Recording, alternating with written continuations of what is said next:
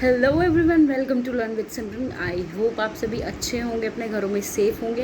And I am back with a new video of mine, जिसमें कि आज हमारा टॉपिक होगा वो काफ़ी इम्पॉर्टेंट है from the examination point of view, क्योंकि ये एक ऐसा चैप्टर है जो कि एग्ज़ाम्स में पूछा जाता है। एंड इसमें से वेरी शॉर्ट क्वेश्चन या फिर इसकी समरी या फिर कोई भी एक लॉन्ग क्वेश्चन 6 मार्क्स में आपसे पूछा जा सकता है। So what you have to do is you have to just understand its summary and you have to just go through it once, or this is really easy। तो एक बार summary पढ़ने के बाद the concept will be clear and you will be able to attempt the questions in your exam। so let's get started। तो हमारा जो chapter है that is basically a play का जो टाइटल है वो है द एनवॉय। सो एनवॉय का मतलब क्या होता है? एनवॉय इज़ अ पर्सन जो कि who acts as a messenger, जो कि एक मैसेज लेकर के जाता है एक पर्सन से दूसरे पर्सन की तरफ। ठीक है, उसको हम हिंदी में दूत बोलते हैं। ठीक है, तो जो टाइटल है उसका मतलब है एनवॉय। और इस प्ले में जो एनवॉय का रोल प्ले कर रहा है that is Shri Krishna, lord Krishna. Okay, so आगे बढ़ते हैं। तो ये जो एनवॉय है इसका जो प्लॉट है वो प्लॉट है महाभारत का। महाभारत आप सभी को पता है ये एक एपिक है, और जो महाभारत है वो वेद व्यास जी द्वारा रचित है।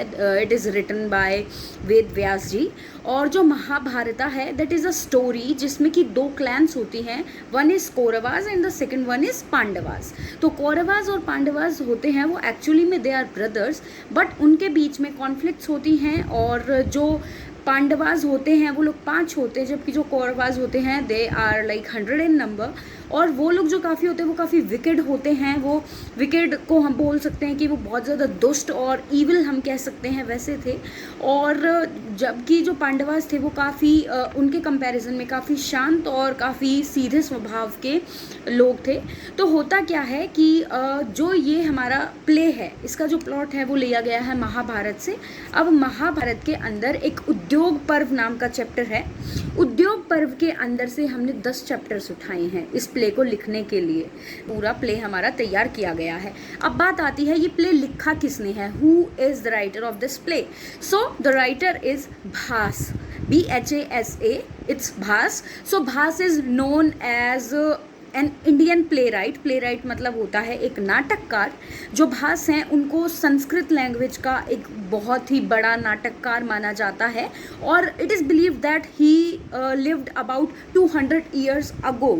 और उनका हमारे पास ऐसा कोई खास एविडेंस नहीं है, but from the poets like Kalidas and Rajshekhar we got to know about him, about Bhasa. So Bhasa ji ने ये हमारा प्ले है जो लिखा है, ये महाभारत का एक सीन लिया गया है। ये प्ले है तो इसकी स्टोरी शुरू करते हैं। तो प्ले कहाँ से शुरू होता है? प्ले शुरू होता है हस्तिनापुर से। ठीक है, हस्तिनापुर में जो है दुर्योधन रहते हैं। दुर्योधन वहाँ पे राज कर रहे होते हैं। तो वहाँ का सीन दिखाया गया है कि उस सभा में जहाँ पे दुर्योधन राजा होते हैं वहाँ पे श्री कृष्ण जाते हैं पांडवास की तरफ से एक शांति संदेश लेकर के, एक पीस ट्रीटी लेकर के, कि आप शांति पूर्वक जो राज्य है वो आधा आधा बांट लीजिए। Since Kauravas and Pandavas were brothers, तो उनके बीच में ऑब्वियसली जो उनकी लैंड थी उसका डिवीजन होना था। तो उसी का शांति संदेश लेकर के कि आप भाई आराम से शांति से पीसफुली आप मान जाइए दुर्योधन जी, और आप पांडवास को आधी लैंड दे दीजिए। तो अब शुरू करते हैं chapter. The story is based on the Mahabharata. It is an important movement in the epic's progress. Kauravas and Pandavas are brothers, जैसा कि मैंने बताया। Kauravas are morally corrupt, they denied Pandavas their inheritance. अब जो कौरव हैं वो मॉरली करप्ट हैं, मतलब कि वो काफ़ी दुष्ट हैं। और मतलब उनके अंदर जो एक मोरल्स होते हैं, जो एथिक्स होते हैं, जो संस्कार होते हैं वो अच्छे नहीं हैं, वो काफ़ी करप्टेड हैं।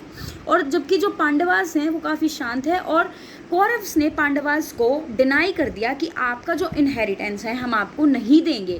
कौरव ने कहा, जो दुर्योधन थे वो एक कौरव थे, तो उन्होंने जब कृष्णा वहाँ पे उनका संदेश लेकर के गए कि भाई अब हम लोग जो हैं वापस आ चुके हैं अपने कहाँ से वनवास काटने के बाद हम वापस आ चुके हैं, तो हमें हमारी लैंड का हिस्सा दो। तो उन्होंने कहा कि ये एक किंगडम की लैंड आप मांग रहे हो हमसे, ये बात दुर्योधन ने कहा। और ये कोई ऐसी चीज़ नहीं है जो हम आपको ऐसे भीख में दे दें, you have to win it. Okay, तो ये उन्होंने कहा था। अब जब उनके अंदर कॉन्फ्लिक्ट बढ़ी कौरवास और पांडवास के अंदर, तो बैटल ऑफ कुरुक्षेत्र हुआ था, ठीक है, जो कुरुक्षेत्र का युद्ध हुआ था वो हुआ था, ठीक है। अब वो होने के बाद जो है पांडवास ने क्या कहा, पांडवास ने कहा कि हम एक बार आखिरी ट्राई करना चाहेंगे, एक बार आखिरी हम शांति संदेश भेजना चाहेंगे कौरवों के पास कि शांति पूर्वक आप जो है आप हमें हमारा इनहेरिटेंस, आप हमें हमारा हिस्सा दे दीजिए। तो इस काम को करने के लिए उन्होंने कृष्णा को अपना एनवॉय चुना, एनवॉय मतलब कि अपना दूत चुना कि कृष्णा आप हमारी तरफ से जाओगे, किनकी तरफ से, पांडवास की तरफ से आप जाओगे और आप वहाँ जा करके हमारा मैसेज जो है वो कन्वे करोगे, पास ऑन करोगे। अब जो कृष्णा है वो जाते हैं कुरुज क्लैन की तरफ से, ठीक है। अब देखो क्या होता है, अब जब कृष्णा जाते हैं तो जब कृष्णा वहाँ पे पहुँचते हैं, ठीक है, कहाँ पहुँचते हैं, वो गए हैं दुर्योधन के पास। तो जब वो दुर्योधन के महल में पहुँचते हैं, उनकी सभा में पहुँचते हैं, तो वहाँ पे जो दुर्योधन का जो चैम्बरलेन होता है, चैम्बरलेन मतलब कि होता है एक तरीके से जो दरबारी होते हैं, जो आपने देखा होगा कि राजा के पीछे खड़े होकर वो बड़े बड़े से पंखे हिलाते रहते हैं, एक तरीके से नौकर, या वो लोग जो कि कोई भी अतिथिगण आते हैं तो उनको अंदर लेके आते हैं, या मतलब आपने देखा होगा बहुत सारे सीरियल्स में भी ऐसा, तो माइथो सीरियल्स आपने देखे हो तो उसमें वो आवाज़ लगाते हैं कि ये लोग अब पधार रहे हैं, तो वो आके बोलते हैं कि सर्वश्रेष्ठ जो हैं कृष्णा हमारे महल में आ रहे हैं, वो दुर्योधन को जाके बोलते हैं, ठीक है। वो बोलते हैं कि the best of man has come to meet you Duryodhan, वो दुर्योधन को बोलते हैं कि जो सर्वश्रेष्ठ आदमी है श्री कृष्णा वो आ चुके हैं। और ये बात सुन करके दुर्योधन को गुस्सा आ जाता है कि उनके होते हुए कौन सर्वश्रेष्ठ हो सकता है, और वो क्या करते हैं, वो एंग्री हो जाते हैं, वो गुस्सा हो जाते हैं, और क्या बोलते हैं, चैम्बरलेन को बोलते हैं कि द्रौपदी की फ़ोटो लेकर के आओ, द्रौपदी की जो पेंटिंग है वो लेकर के आओ। वो वाली पेंटिंग उन्होंने बनवाई थी जिसमें कि जो दुर्योधन है वो द्रौपदी के बाल नोच रहे हैं। एक तरीके से उनका जो मोटो था, उनका जो मोटिव था, जो उनका गोल था उस पेंटिंग को मंगाने का, वो ये था कि वो श्री कृष्णा को ह्यूमिलिएट करेंगे, वो द्रौपदी की बेइज्जती करेंगे, वो पेंटिंग उनको दिखा करके वो देवकी का जो है उपहास करेंगे, उनका मजाक उड़ाएंगे। तो वो फ़ोटो मंगा लेते हैं, वो पेंटिंग मंगा लेते हैं, और इसके साथ ही जो दुर्योधन है वो अपने सभा में बैठे हुए सभी लोगों से, सभी मिनिस्टर से, सभी काउंसलर्स को बोलते हैं कि जब कृष्णा एंटर करेंगे हमारी सभा में, आप में से कोई भी खड़ा होकर के उनको नमस्कार या उनकी रिस्पेक्ट में कोई भी खड़ा नहीं होगा। अगर कोई खड़ा हुआ तो उसको 12 गोल्ड कॉइन्स का जो है उसको पनिशमेंट मिलेगी, उसको वो पे करने पड़ेंगे, उसके ऊपर फाइन चार्ज करूँगा मैं, ठीक है। तो ऑल एंड ऑल जो दुर्योधन था वो काफ़ी विकेट था, वो काफ़ी एज आई सेड करप्टेड था, और वो औरों को ह्यूमिलिएट करना सिर्फ उसको आता था। तो जब श्री कृष्णा एंटर हुए और उन्होंने देखा कि द्रौपदी की फ़ोटो वहाँ पे वो सभा में सब लोगों के सामने दिखाई जा रही है, उसके बावजूद श्री कृष्णा ने अपना पीस मेंटेन किया, वो शांत रहे, और उसके बाद उन्होंने दुर्योधन से बहुत ही शांतिपूर्वक एक अच्छे तरीके से बोला कि दुर्योधन तुम शांति से विद पीस अपना जो इनहेरिटेंस है पांडवास का आप उसको डिवाइड कर लो, आप आधा आधा कर लो। लेकिन जो दुर्योधन है वो कृष्णा के ऊपर चिल्लाता है, वो arrogantly रिब्यूक्स Krishna, he says that kingdom is not a charity, कोई किंगडम है, ये कोई चैरिटी नहीं है कि और ऐसे कोई भी मेरे पास आके इसको बेग मतलब ऐसे कोई भी आके इसको मैं भीख में नहीं दे दूंगा, कोई भी आके भीख में मांग ले इस किंगडम को, यहाँ कोई चैरिटी थोड़ी है। ये बात उन्होंने कृष्णा को कही, और उन्होंने कृष्णा को इंसल्ट करते हुए ये भी कहा कि तुमने तो अपने मैटरनल अंकल जो तुम्हारे मामा थे कंस, तुमने तो धोखे से उनको भी मार दिया था, तुम क्या यहाँ शांति दूत बन के आए हो। तो दुर्योधन ने उस एनवॉय की, कृष्णा की उस सामने सबके सामने बेइज्जती की, उनको ह्यूमिलिएट किया।